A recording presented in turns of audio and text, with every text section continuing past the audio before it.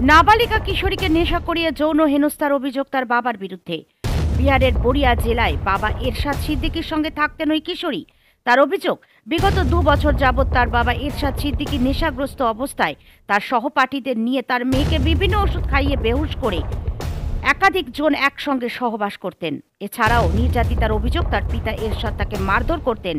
এরপরই এরশাদের ফোন থেকে মামার নম্বর খুঁজে যোগাযোগ করে ট্রেনে করে বিহার থেকে আসেন তার মামার বাড়ি বারাসাতের যোগদিঘাটা কাজীপাড়ায়।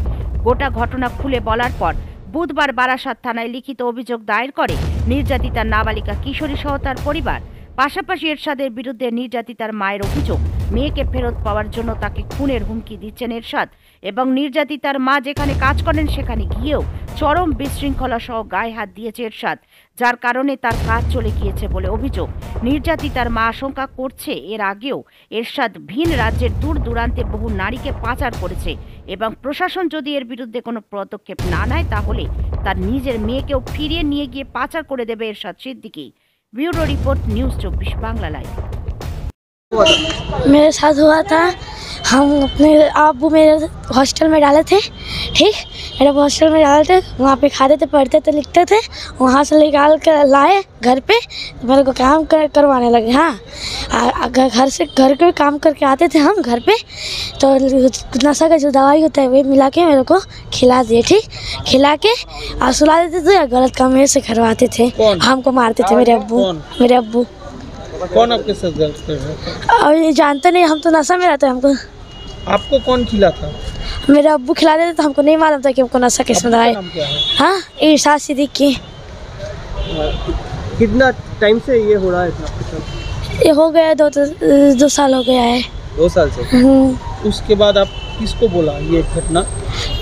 अपने मामा को बोले, फिर मामा का नंबर था, खोज खाज करके यहाँ पे हम भाग के चले आए। एक बिहार से भाग के चले? वो अपने घर से, बिहार से। हाँ, कौन लेके गया था? बिहार मेरे अब्बू लेके गए थे, 4 साल के थे। तो कैसे आए आप? नंबर था मेरे मामा का मेरे अब्बू के मोबाइल में, और लेके नंबर फ़ोन करते करते यहाँ पे आ गए हम। मेरे को बेचने के लिए बोल रहे थे, गलत काम करवा रहे थे, तो मारते थे, हाथ जलाते थे, खाना नहीं बनाते थे, ताकि मारते थे हमको। सिर्फ अब्बू और उनका दोस्त लोग? नहीं, अब्बू बस। हाँ, मारते थे और गलत काम करवाते थे, पूरा जला वाला देते थे, पी के आते थे, जला वाला देते थे। जला दिया हाथ में तो आपको भी ना? हाँ। कहाँ पर देखिए? ये क्या आपका अब्बू ने किया? हाँ। हाँ।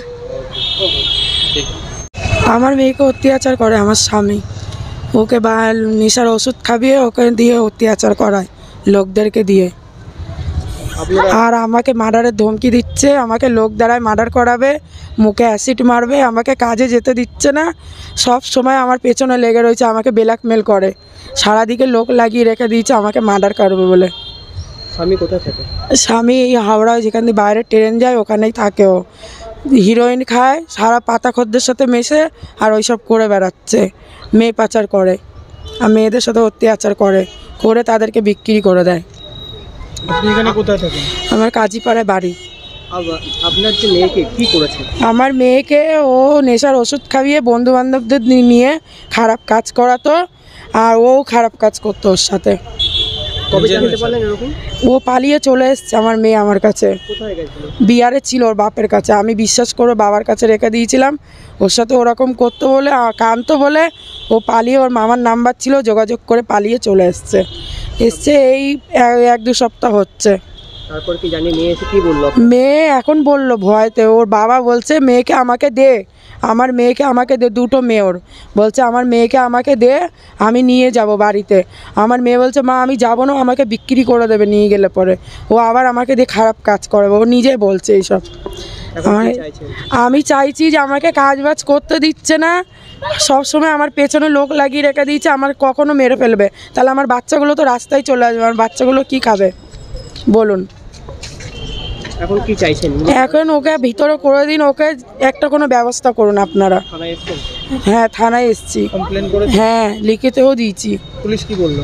পুলিশ বললো ওনার অফিসারের সাথে আবার কথা বলাবে, সব কিছু বলতে হবে, সব কিছু হয়ে গেছে। এটা কতদিন ধরে চলছিল?